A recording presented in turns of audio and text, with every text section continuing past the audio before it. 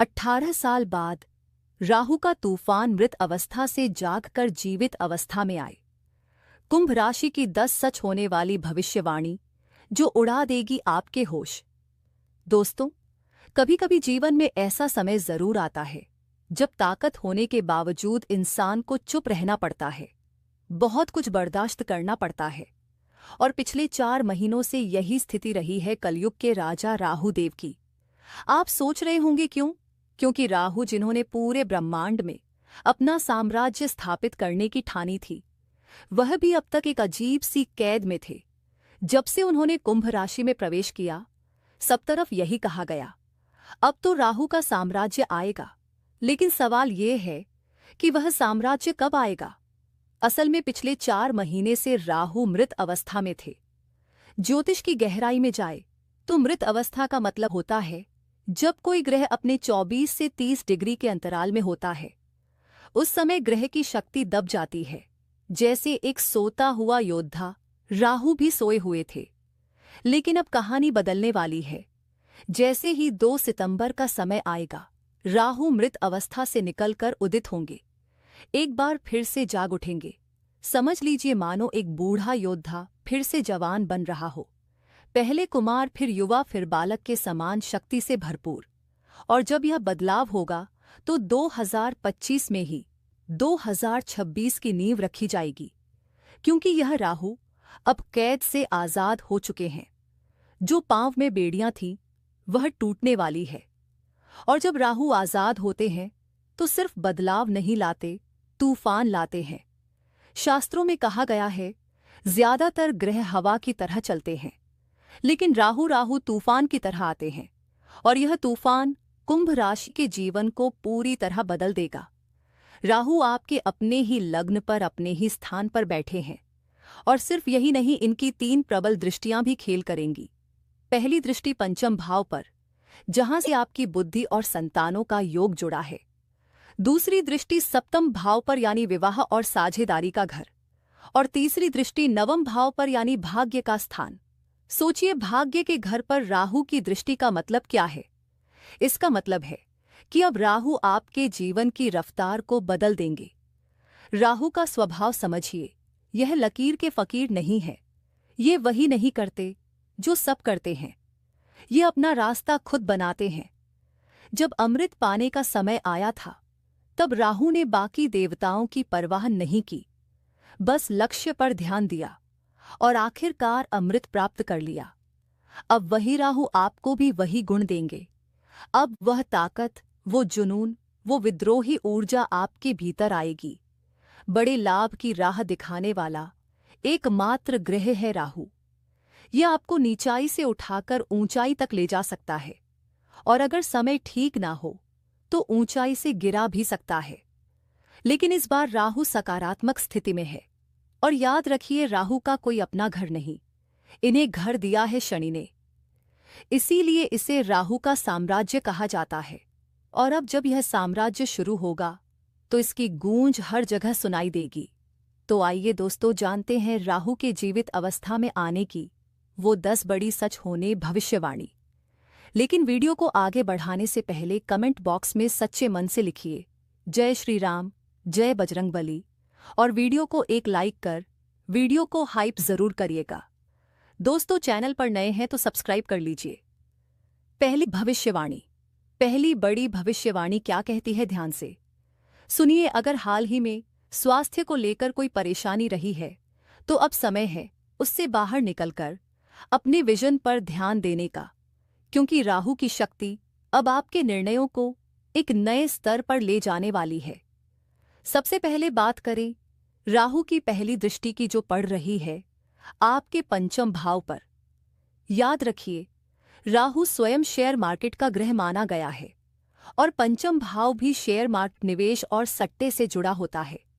ऐसे में यह दृष्टि इस बात का संकेत है कि अगर आप स्टॉक मार्केट, ट्रेडिंग या किसी प्रकार के निवेश से जुड़े हुए हैं तो आने वाला समय आपके लिए बड़े लाभ का द्वार खोल सकता है।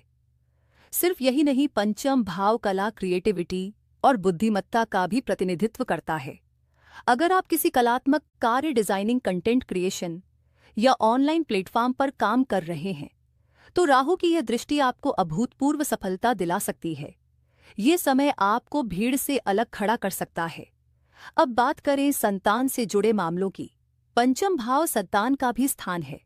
इस समय संतान के लिए शुभ अवसर बनेंगे। उनकी पढ़ाई, करियर या किसी बड़े फैसले में सकारात्मक प्रगति देखने को मिलेगी। राहु की यह दृष्टि संतान को शिक्षा या नौकरी के कारण कहीं दूर जाने का अवसर भी दिला सकती है। पंचम भाव ज्ञान का घर है। राहु की दृष्टि यहाँ एक अलग ही प्रकार की तीव्रता लाती है। जैसे देव गुरु बृहस्पति जहाँ दृष्टि देते हैं वहाँ वृद्धि होती है, वैसे ही राहु की दृष्टि जहाँ जाती है वहाँ वृद्धि तो होती है, लेकिन सामान्य नहीं, अत्यधिक वृद्धि होती है। यानी यह समय आपके जीवन में बड़े बदलावों का संकेत है।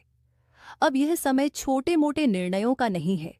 राहु का प्रभाव आने वाले दिनों में आपको ऐसे बड़े निर्णय लेने के लिए प्रेरित करेगा जो आपके जीवन की दिशा बदल सकते हैं। यह राहु के तूफान का असर होगा। अब आगे बढ़ते हैं राहु की दूसरी दृष्टि की ओर, जो पड़ रही है सप्तम भाव पर, और यह दृष्टि भी कमाल करने वाली है। दूसरी भविष्यवाणी।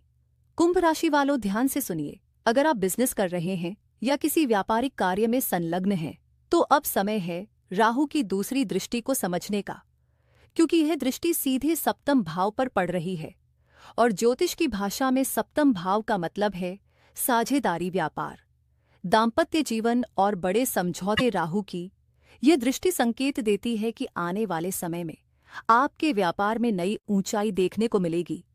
अब तक जो क्लाइंट्स नहीं मिल रहे थे, जिन डील्स पर आप महीनों से प्रयास कर रहे थे, वह डील्स इस समय से मिलना शुरू हो जाएंगी।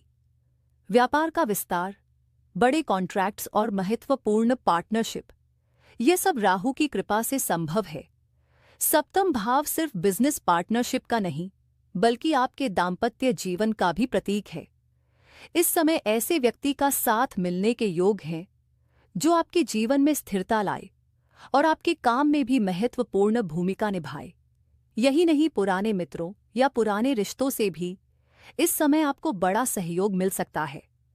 कोई ऐसा काम जिसकी योजना आपने बहुत पहले बनाई थी, लेकिन हालातों की वजह से उसे अमल में नहीं ला पाए। राहु की दृष्टि के प्रभाव से वही अधूरी योजना अब साकार हो सकती है। यानी राहु की यह दृष्टि आपके जीवन में नए अवसरों का द्वार खोल रही है। और यह सब सिर्फ संयोग नहीं, बल्कि ज्योतिष का सिद्धांत है कि राहु जहां दृष्टि डालते हैं वहां बदलाव तूफान की तरह आता है। तैयार रहिए, क्योंकि राहु का यह आशीर्वाद अब आपके व्यापार और जीवन दोनों में नई दिशा देगा। तीसरी भविष्यवाणी। अब जानते हैं राहु की तीसरी और अंतिम दृष्टि के बारे में। यह दृष्टि सीधी पड़ रही है नवम भाव पर, जिसे भाग्य का घर कहा जाता है। और इस भाव में जो राशि स्थित है वह है 7 नंबर की राशि, जिसके स्वामी हैं शुक्राचार्य जी। शुक्राचार्य जिन्हें दानवों का गुरु माना गया है, और राहु स्वयं दानव कहलाता है। अब सोचिए, जब राहु की दृष्टि दानव गुरु के स्थान पर पड़ेगी तो वहां किसी भी तरह की कमी की गुंजाइश नहीं रहती। इसका सीधा संकेत है कि भाग्य आपका पूरा साथ देगा। मान लीजिए आपने मेहनत करके 100 रुपये का काम किया, लेकिन अब तक उसके एवज में सिर्फ 40, 50 या 60 रुपये ही मिल रहा था। राहु की इस दृष्टि के प्रभाव से वह समय खत्म होने वाला है। अब आपको आपके परिश्रम का पूरा फल मिलेगा। यानी भाग्य आपका मजबूत सहायक बनने जा रहा है। यही नहीं, अगर पिताजी से जुड़ा कोई मामला अटका हुआ है, कोई संपत्ति का विवाद है या कोई पुरानी समस्या है, उसमें भी राहत के योग बनते हैं। करियर में भी अगर किसी सीनियर बॉस या कलीग के कारण तनाव था, तो वह टेंशन अब खत्म होगी। ध्यान रखिए, राहु की मानसिकता हमेशा यही रही है, मुझे हर हाल में अपना लक्ष्य हासिल करना है। जब अमृत पाने का समय आया था, तब राहु ने सारे नियम तोड़ दिए, लेकिन अपने लक्ष्य तक पहुंचकर ही दम लिया। अब वही दृढ़ता, वही जिद राहु आपको भी देने वाले हैं। यह दृष्टि आपको ऐसी मानसिकता प्रदान करेगी कि चाहे कैसी भी चुनौती हो, आप अपने लक्ष्य पर अडिग रहेंगे और अंततः उसे हासिल करेंगे। राहु की सबसे बड़ी देन है। अंतिम भविष्यवाणी। हर सिक्के के दो पहलू होते हैं, ठीक वैसे ही राहु के इस प्रभाव के भी दोनों पहलू हैं।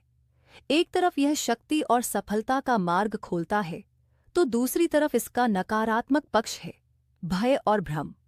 राहु का स्वभाव ही ऐसा है कि यह कभी-कभी हमें असमंजस में डाल देता है, बार बार डराता है और भ्रम पैदा करता है। लेकिन याद रखिए, यही समय है जब आपको इन सब चीजों से ऊपर उठना होगा, खुद को एक सकारात्मक ऊर्जा से भरना होगा। वही सोच रखनी होगी जो आपको आपके लक्ष्य तक पहुंचा सके। राहु ने भी यही किया था। जब अमृत पाने का समय आया तो सबसे पहले उसने अपना लक्ष्य तय किया, फिर उसने हर परिस्थिति में उस लक्ष्य की ओर कदम बढ़ाए। नतीजा, उसने अमृत का पान कर लिया। हालांकि इसके लिए उसे भारी कीमत चुकानी पड़ी। उसका सिर अलग हो गया, ऊपर का हिस्सा राहु बना, नीचे का हिस्सा केतु बना। जब वह भगवान महादेव के पास पहुंचा तो भोलेनाथ ने कहा, राहु, मैं तुम्हें अपने मुंडमाल में स्थान देता हूं। इसलिए शास्त्रों में कहा गया, मुंड रचति माला पन्नगम उपवीतम वाम विभाग गिरजा रूपम अति ललितम। भगवान विष्णु ने भी राहु को आशीर्वाद देते हुए कहा, सतयुग में तुम्हारा समय नहीं होगा, लेकिन जब कलयुग आएगा तब तुम इस युग के राजा कहलाओगे। और आज हम कलयुग में हैं, इसलिए राहु का बोलबाला सबसे ज्यादा है। खासकर अभी जब 18 साल बाद राहु अपनी ही राशि कुंभ में आया है। यह समय अभूतपूर्व है। आपके पास अब कोई सीमा नहीं है, मैदान खुला है, गेंद आपके सामने है और बल्ला आपके हाथ में है। अब यह आप पर निर्भर करता है कि आप कितनी जोरदार हिट लगाते हैं और अपने जीवन को कहां तक ले जाते हैं। राहु को प्रसन्न करने के लिए भगवान शिव की आराधना सबसे प्रभावी मानी जाती है। गंगा जल का स्नान, पवित्र तीर्थों की यात्रा, यह सब राहु के दोषों को दूर करते हैं। और इस समय तो राहु स्वयं आपके अंदर विद्यमान है, आपकी राशि में स्थित है। इसलिए जब भी नहाएं, पानी में कुछ बूंदे गंगा जल की जरूर मिलाएं। इससे राहु का सकारात्मक प्रभाव और भी मजबूत होगा, भाग्य की प्रबलता बढ़ेगी और करियर में नई शुरुआत का मार्ग खुलेगा। उम्मीद है आपने इस ज्ञान को समझा और इसे अपने जीवन में अपनाएंगे।